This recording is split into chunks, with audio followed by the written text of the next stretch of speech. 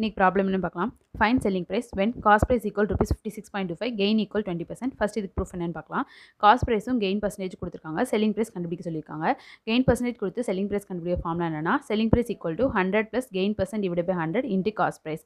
இப்போ 100 plus gain percentage கொடுத்துருக்காங்க 20 divide by 100 into cost price வந்து 56.25 சப்ஸ்டியூட் பண்ணியாச்சு. இப்போ 100 + 20 வந்து 120 டிவைட் பை 100 இன்ட்டு 56.25. இப்போ இது கேன்சல் பண்ணும்போது 1.2 இன்ட்டு 56.25 கிடைக்குமா? இது இன்ட்டு பண்ணும்போது செல்லிங் ப்ரைஸ் வந்து ருபீஸ் 67.5 கிடைக்குது.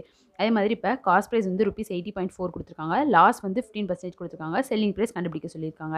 இப்போ லாஸ் கொடுத்து செல்லிங் ப்ரைஸ் கண்டுபிடிக்க ஃபார்முலா என்னன்னா selling price equal to 100 minus loss percent divide by 100 into cost price. இப்போ சப்ஸ்டியூட் பண்ணுவோம். 100 மைனஸ் லாஸ் பர்சன்டேஜ் வந்து 15 divide by 100 into cost price வந்து 80.4. 100 மைனஸ் 15 வந்து 85 டிவைட் பை 100 இன்ட்டு 80.4. இப்போ இதை கேன்சல் பண்ணும்போது 0.85 இன்ட்டு 80.4 செல்லிங் ப்ரைஸ் வந்து ருபீஸ் 68.34 கிடைக்குது.